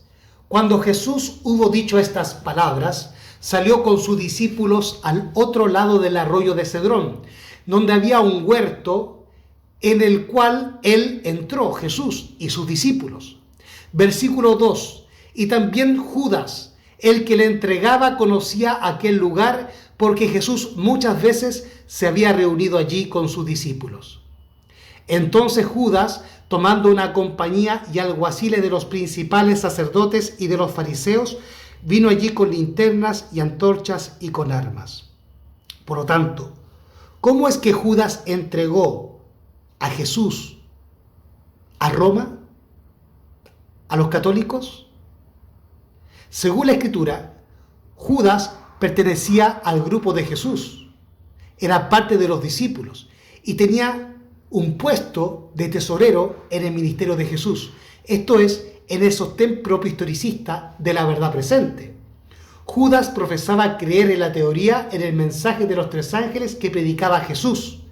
Judas oía sermones no de bullón, oía sermones de Cristo mismo, la verdad presente, el verdadero ministro y el verdadero pastor, el mensaje de los 3 ángeles.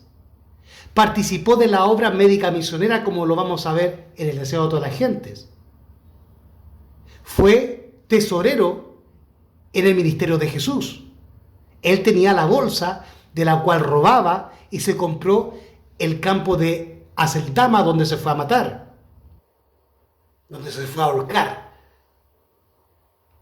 Entonces Judas sabía dónde el pueblo remanente se reunía, donde el movimiento de sostén propio historicista se reunía en el campo, porque él mismo era parte de ese movimiento.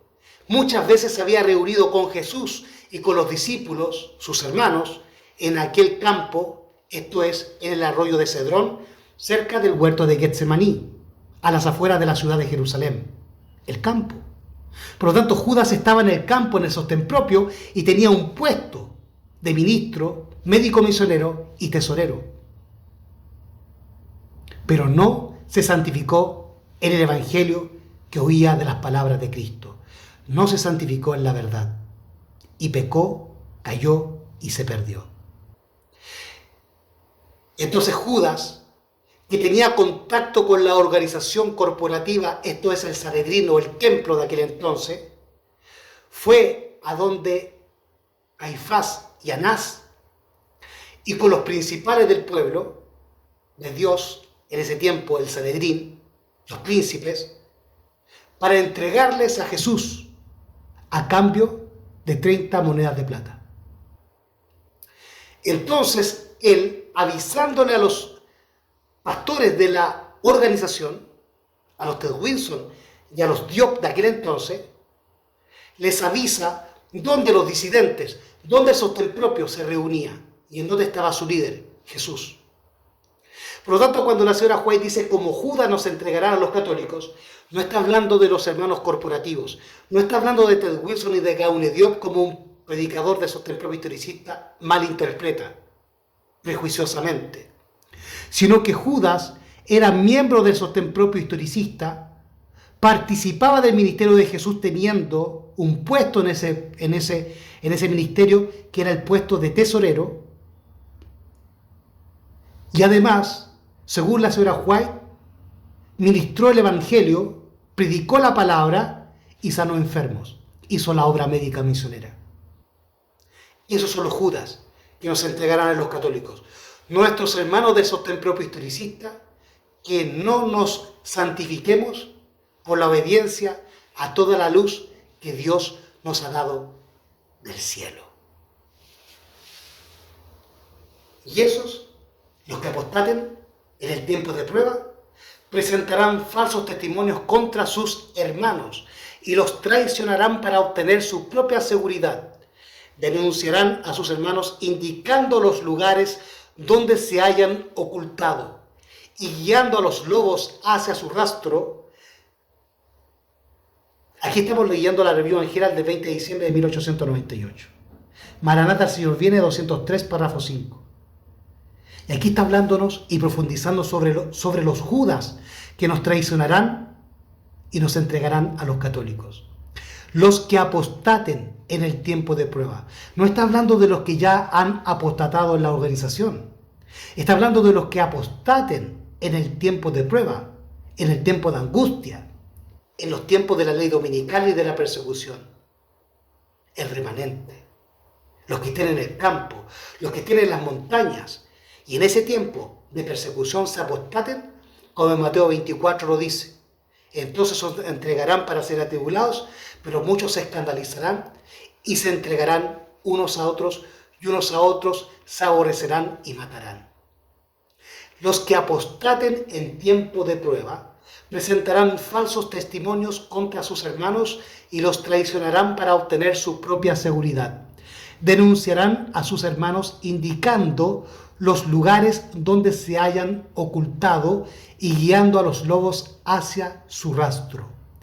Cristo nos ha advertido de este hecho a fin de que no nos sorprendan los métodos crueles e inhumanos que adoptarán familiares y amigos, incluso hermanos del sostén propio historicista, que no se hayan santificado en la obediencia al mensaje de los 3 ángeles y a los 7 pilares que con la boca profesan creer, pero que con sus obras y pecados muestran que rechazan la luz que les es enviada del cielo, por lo tanto son Babilonia y adventistas nominales.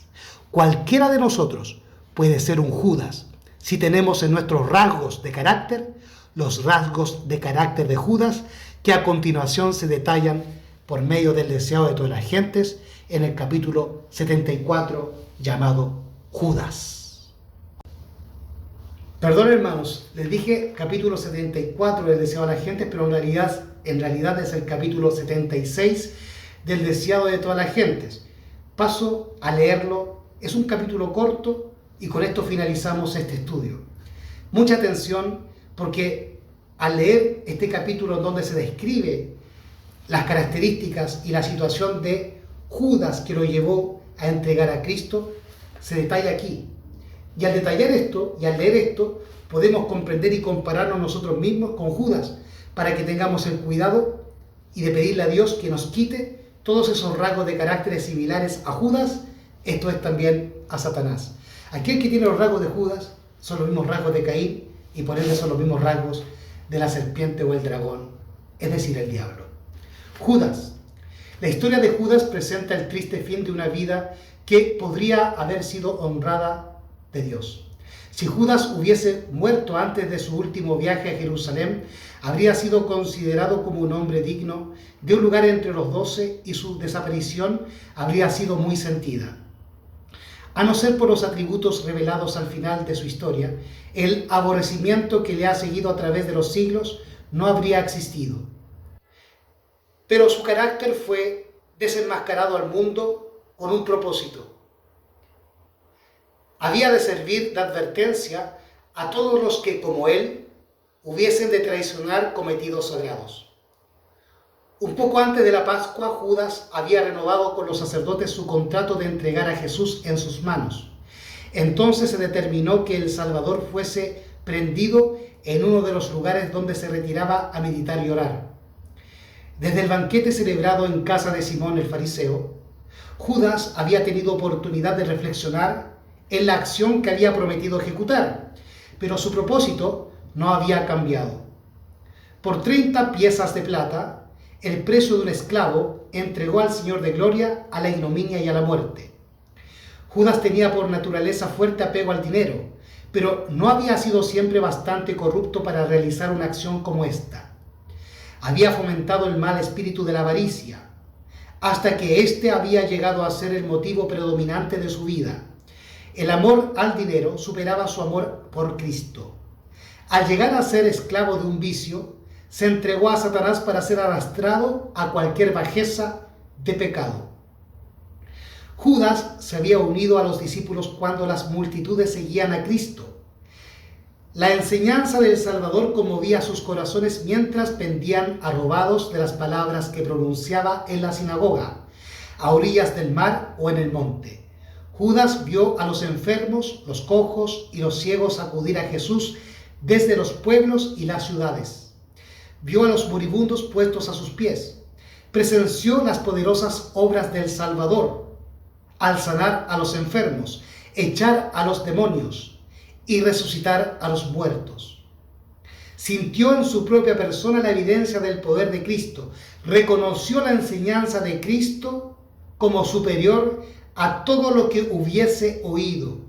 Amaba al Maestro y deseaba estar con él.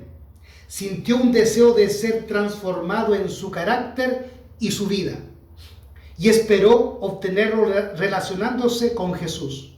El Salvador no rechazó a Judas. Le dio un lugar entre los 12, le confió la obra de un evangelista, le dotó de poder para sanar a los enfermos y echar a los demonios.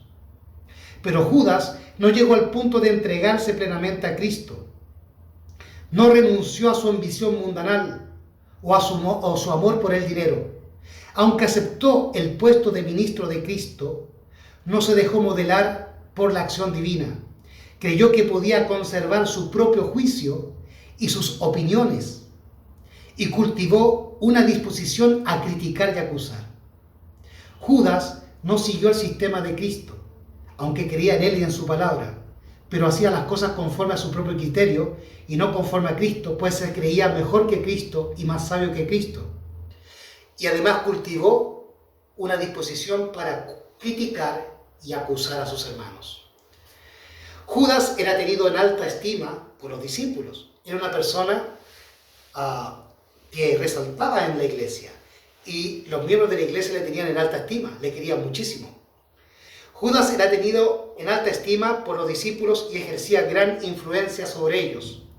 Tenía alta opinión de sus propias cualidades y consideraba a sus hermanos muy inferiores a él en juicio y capacidad. Judas se creía superior en capacidades y en estudios y en inteligencia, en sabiduría a sus hermanos. Por eso debemos ser humildes para no ser como Judas. Ellos no veían sus oportunidades, pensaba él, ni aprovechaban las circunstancias. La iglesia no prosperaría nunca con hombres tan cortos de vista como directores.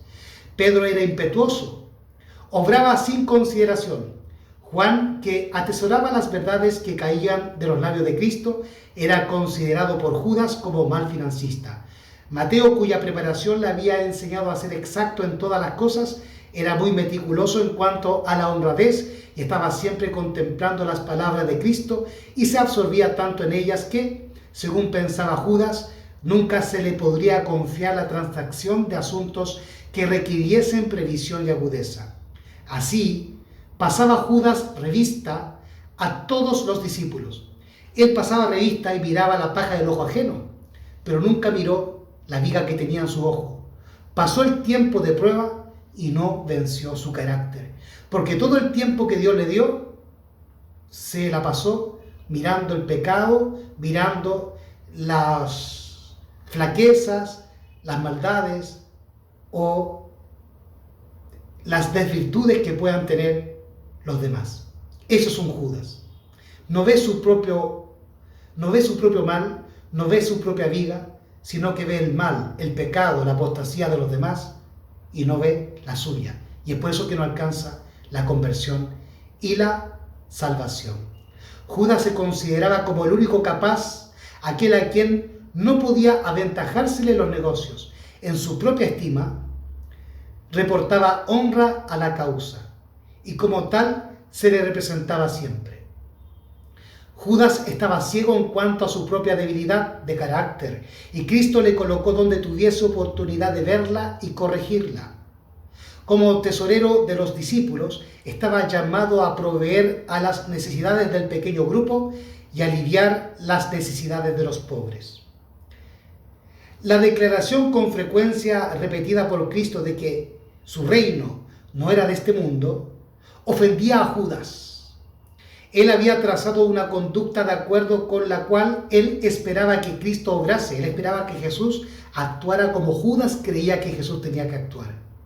Y no actuaba como Jesús le decía que tenía que actuar. Se había propuesto que Juan el Bautista fuese liberado de la cárcel. Pero he aquí que Juan había sido decapitado. Y Jesús, en vez de aseverar su derecho real y vengar la muerte de Juan, se retiró con sus discípulos a un lugar del campo. Judas quería una guerra más agresiva. Era agresivo. Pensaba que si Jesús no impidiese a los discípulos ejecutar sus planes, la obra tendría más éxito. Notaba la creciente enemistad de los dirigentes judíos y vio su desafío quedar sin respuesta cuando exigieron de Cristo una señal del cielo. Su corazón estaba abierto a la incredulidad y el enemigo le proporcionaba motivos de duda y rebelión.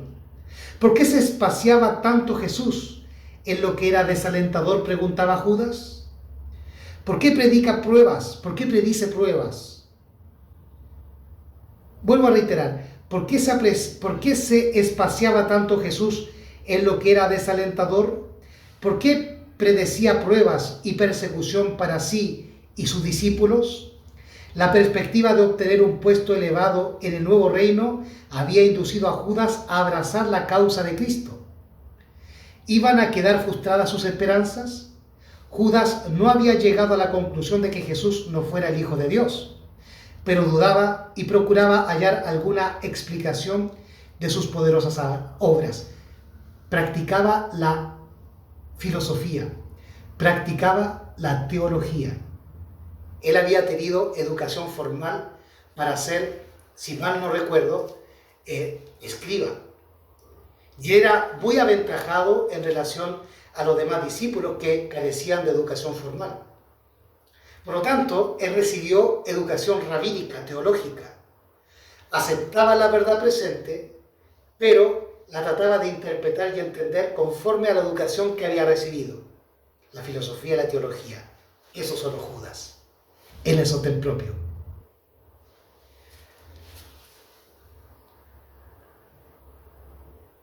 Dice después. Dice aquí. Judas vio, dice aquí, Judas, dice aquí, a pesar de la propia enseñanza del Salvador, Judas estaba continuo sugiriendo la idea de que Cristo iba a reinar como rey en Jerusalén. Eso quiere decir que Judas mantenía la tradición rabínica. Pertenecía al sostén propio historicista, a la verdad presente, pero sus interpretaciones y muchas de sus doctrinas las había aprendido ¿dónde? En el Sanedrín, en la corporación, y las seguía practicando y enseñando en el sostén propio historicista.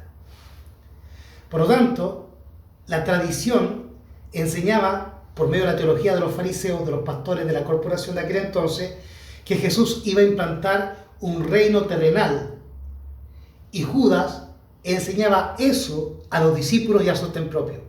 La tradición que había aprendido en los rabinos, con los rabinos de la apostasía, de la corporación apóstata.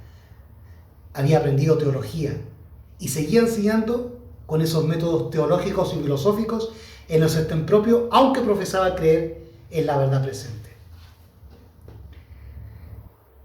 Dice aquí, notaba la creciente enemistad de los dirigentes judíos y vio su desafío de quedar sin respuesta cuando exigieron de Cristo una señal del cielo.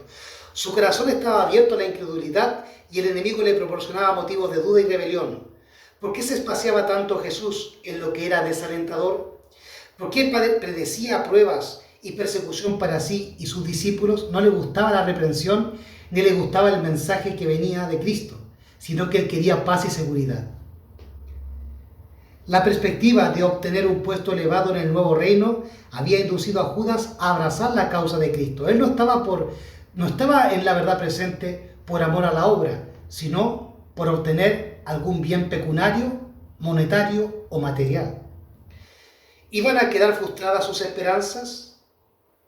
Judas no había llegado a la conclusión de que Jesús no fuera el Hijo de Dios, pero dudaba y procuraba hallar alguna explicación de sus poderosas obras. No creía en milagros y trataba de explicarlo en forma filosófica y humana, los milagros de Cristo. A pesar de la propia enseñanza del Salvador, Judas estaba de continuo sugiriendo la idea de que Cristo iba a reinar como rey en Jerusalén. O sea, Jesús enseñaba que su reino no era de este mundo, pero Judas contradecía a Cristo y a su palabra, colocando su interpretación, su teología y su tradición que la traía de los rabinos. ¿Se comprende? Es parte del sostén propio, pero mantiene arraigada en sí la tradición, la teoría teológica, filosófica que aprendió en las escuelas rabínicas. A pesar de la propia enseñanza del Salvador, Judas estaba de continuo sugiriendo la idea de que Cristo iba a reinar como rey en Jerusalén. Procuró obtenerlo cuando los 5.000 fueron alimentados. En esta ocasión, Judas ayudó a distribuir el alimento a la hambrienta multitud. El discurso de Cristo en la sinagoga acerca del pan de vida fue el punto decisivo en la historia de Judas. Oyó las palabras: si no comiereis la carne del Hijo del Hombre y bebiereis su sangre, no tendréis vida en vosotros. Juan 6:53. Vio que Cristo ofrecía beneficio espiritual más bien que mundanal. Se consideraba como previsor y pensó que podía vislumbrar que con Cristo no tendría honores ni podría conceder altos puestos a sus seguidores. Vuelvo a reiterar, Se consideraba como previsor Judas y pensó que podía vislumbrar que Cristo no tendría honores ni podría conceder altos puestos a sus seguidores. Resolvió no unirse tan íntimamente con Cristo que no pudiese apartarse. Quedaría a la expectativa y así lo hizo. Desde ese tiempo expresó dudas que confundían a los discípulos. Introducía controversias, era controversial. Introducía temas controversiales que llevaban a dividir a la iglesia y no a unirla en la verdad presente. Desde ese tiempo expresó dudas que confundían a los discípulos. Introducía controversias y sentimientos engañosos, repitiendo los argumentos presentados por los escribas y fariseos contra los acertos de Cristo. Pertenecía al grupo de Cristo, pero mantenía la tradición de los fariseos y muchas veces repetía lo que había aprendido de los fariseos que hablaban en contra del Evangelio y contra de Cristo. Todas las dificultades y cruces, grandes y pequeñas, las contrariedades y aparentes estorbos para el adelantamiento del Evangelio, eran interpretados por Judas como evidencias contra su veracidad. Introducía pasajes de las Escrituras que no tenían relación con las verdades que Cristo presentaba. O sea, presentaba temas que no eran verdad presente y que no eran edificantes para el pueblo. No era lo que Cristo quería enseñar. Utilizaban las Escrituras, pero no para enseñar el pasaje que Cristo quería enseñar. Tenían sus propios métodos, tenían su propio mensaje aparte del mensaje de Cristo, que trata de transformar al hombre del pecado, de las tinieblas, a su luz admirable, a la santidad. Que el hombre deje de pecar. Entonces dejan de predicar contra el pecado de su pueblo y comienzan a hablarles de paz y seguridad a los que están alrededor de ellos, transformándose en perros mudos. Esos son los falsos pastores, esos son los perros mudos, esos son los adventistas nominales. Que pueden estar en el sostén propio, historicista, de campo, en la reforma o en la corporación. Dice acá, todas las dificultades y los cruces grandes y pequeñas, todas las dificultades y cruces grandes y pequeñas, las contrariedades y aparentes estorbos para el adelantamiento del Evangelio eran interpretados por Judas como evidencias contra su veracidad. Introducía pasajes de la Escritura que no tenían relación con las verdades que Cristo presentaba. Estos pasajes, separados de su contexto, o sea, descontextualizaban la Biblia, enseñaba la Biblia, pero la descontextualizaba, enseñando temas que Cristo no quería enseñar. Cristo quería enseñar la victoria sobre el pecado, pero Judas no enseñaba tal cosa utilizando aún la Biblia. Estos pasajes separados de su contexto dejaban perplejos a los discípulos y aumentaban el desaliento que constantemente los apremiaba. Y mientras los discípulos buscaban pruebas que confirmasen las palabras del gran maestro, Judas los conducía casi imperceptiblemente por otro camino contradiciendo a Jesús. Por lo tanto, Judas vendría a ser un anticristo, porque se contradice con Cristo, porque se levanta contra Cristo y contra su mensaje. Entonces, un adventista nominal es un anticristos. Así, de manera muy religiosa y aparentemente sabia, daba a los asuntos un cariz diferente del que Jesús les había dado y atribuía a sus palabras un significado que él, Jesús, no les había impartido. Malinterpretaba lo que Cristo nos enseña. Sus sugestiones excitaban constantemente un deseo ambicioso de preferencia temporal y así apartaban a los discípulos de las cosas importantes que debieran haber considerado. La disensión en cuanto a cuál de ellos era el mayor era generalmente provocada por Judas. Cuando Jesús presentó al joven rico la condición del discipulado, Judas sintió desagrado. Pensó que se había cometido un error. Si a hombres como este joven príncipe podía relacionárselos con los creyentes, ayudarían a sostener la causa de Cristo.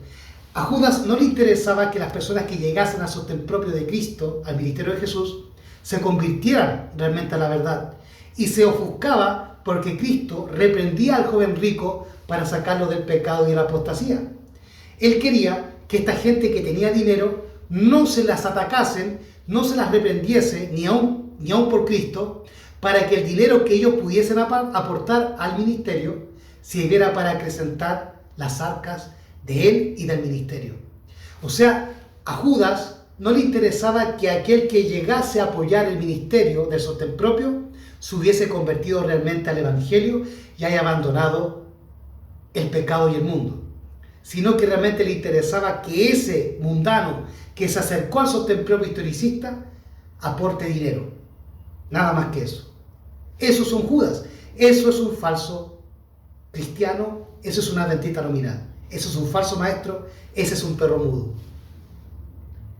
Cuando presentó Jesús al joven rico la condición del discipulado, o sea, cuando Cristo le mostró las condiciones para ser discípulo de Jesús, para pertenecer al sostén propio historicista, subiendo la norma de santidad, Judas se ofendió, porque no quería que nadie, porque quería que nadie que llegase al sostén propio fuese amonestado, o que se le subiera la norma que Cristo subía.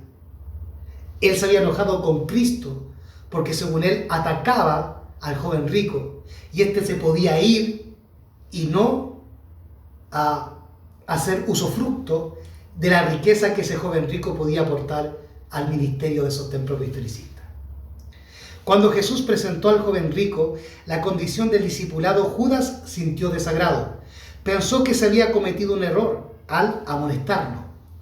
Si a hombres como este joven príncipe podía relacionárselos con los creyentes, ayudarían a sostener la causa de Cristo. O sea, estos pastores de sostén propio, estos Judas de sostén propio, actúan igual que los pastores de la corporación, que callan la verdad, que callan el mensaje, para que los no convertidos que van a los templos no se vayan. Y como aprendieron eso allá, lo aplican también en el sostén propio, amonestando solamente a los corporativos, a los evangélicos y a los católicos, pero no amonestando a su propia gente que lo diezma, que le diezma. Y permite que en el ministerio de sostén propio ingresen personas no convertidas, pero que sean ricas, que tengan dinero. No le interesa la salvación de la gente, sino como los pastores rabínicos de la organización, solamente les interesa el dinero y lo material. Y no les importa que su entorno se llene de gente no convertida y que no entiendan las condiciones del discipulado de Cristo en el sostén propio historicista, que debe tener la mayor y alta norma de santidad, que es Cristo. Todo miembro del sostén propio historicista debe mirar a Cristo como su meta. Y debemos alcanzar esa altura y esa plenitud que es la perfección del carácter de Jesús. Eso es lo que se nos exige en el sostén propio historicista. Pero muchos están bajando la norma y están permitiendo que personas no convertidas, pero que tienen una buena cantidad de dinero, participen del ministerio de Jesús del sostén propio sin entender las condiciones para el discipulado de Cristo. Esto es santidad y apartarse del pecado y obedecer a toda la luz que decimos creer con la boca, que se nos envió del cielo. Si se les hubiese recibido a él, vuelvo a leer mejor la cita. Cuando Jesús presentó al joven rico la condición del discipulado, Judas sintió desagrado, pensó que se había cometido un error. Si a hombres como este joven príncipe podía relacionárselos con los creyentes, ayudarían a sostener la causa de Cristo. Si se le hubiese recibido a él, Judas, como consejero, pensaba, podría haber sugerido muchos planes ventajosos para la pequeña iglesia, para el pequeño remanente, para la manada pequeña. Sus principios y métodos diferían algo de los métodos de Cristo, pero en estas cosas se creía más sabio que Cristo. En todo lo que Cristo decía a sus discípulos, había algo con lo cual Judas no estaba de acuerdo en su corazón. Bajo su influencia, la levadura del desamor estaba haciendo rápidamente su obra. Los discípulos no veían la verdadera influencia que obraba en todo esto, pero Jesús veía que Satanás estaba comunicando sus atributos a Judas y abriendo así un conducto por el cual podría influir a los otros discípulos. Y es por eso que el sostén propio está lleno de gente no convertida, porque sus mismos ministros no están convertidos ni están obedeciendo la luz que dicen creer. Son adventistas nominales. Dicen, pero no hacen. Sin embargo, Judas no se oponía abiertamente ni parecía poner en duda las lecciones del Salvador o de la verdad presente. No murmuró abiertamente hasta la fiesta celebrada en la casa de Simón. Vuelvo a reiterar, página 423 en esta versión. Sin embargo, Judas no se oponía abiertamente ni parecía poner en duda las lecciones del Salvador. No murmuró abiertamente hasta la fiesta celebrada en la casa de Simón.